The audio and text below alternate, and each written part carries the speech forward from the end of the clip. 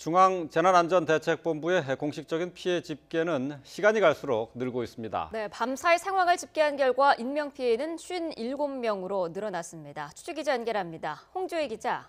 네, 홍주혜입니다. 네, 자 우선 인명피해 규모가 많이 늘어났군요. 네, 새벽 6시를 조금 넘겨 중앙재난안전대책본부의 공식적인 피해 집계 발표가 있었습니다. 우선 새벽 4시를 기준으로 부상자는 57명으로 집계됐습니다. 이 가운데 47명은 집으로 돌아갔지만 10명은 아직 입원해 치료를 받고 있습니다. 또 이재민도 1,536명으로 늘어났습니다.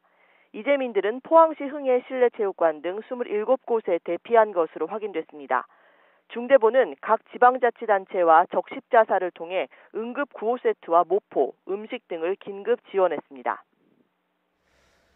본격적으로 집계가 이루어지게 되면 아무래도 피해가 더 늘 것으로 보이는데요. 먼저 주택 피해에 대한 집계가 이루어졌다고요?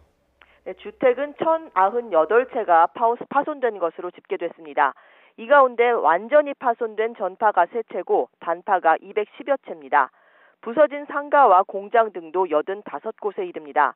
또 차량도 38대가 파손된 것으로 확인됐는데요. 하지만 지난해 경주 지진 당시 주택만 5,660여 채가 파손됐던 점을 고려하면 앞으로 피해 규모는 더 늘어날 가능성이 큽니다.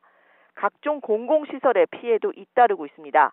학교 32곳에서 균열이 발생했고 영일만항 등 3개 항구, 대구 포항선 고속국도의 다리 4곳, 국방시설 38곳 등에서 크고 작은 피해가 확인됐습니다. 또 경주 양동마을 무첨단과 수졸단 고택 등 문화재 17건도 일부 파손됐습니다. 네. 자, 홍주혜 기자가 지금 피해 현황을 집계한 내용을 지금 전해드리고 있는데요. 속보가 한 가지도 들어와 있습니다. 또다시 여진이 발생을 했습니다. 오늘 오전 9시 2분 경북 포항시 북구 북쪽 8km 지역에서 규모 3.8의 지진이 발생을 했습니다. 네. 자, 어제 지진이 발생한 이후에 계속 여진이 이어지고 있는데요.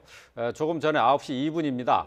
포항 북쪽 8km 지역에 또다시 여진이 발생을 했습니다. 네. 규모는 3.8이고요.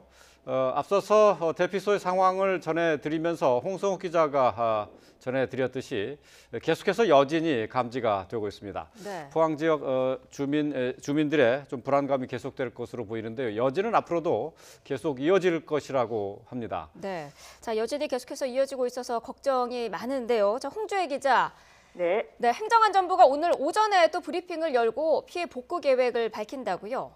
네, 행정안전부는 오늘 오전 10시 반 이번 지진과 관련해 2차 브리핑을 열 예정입니다.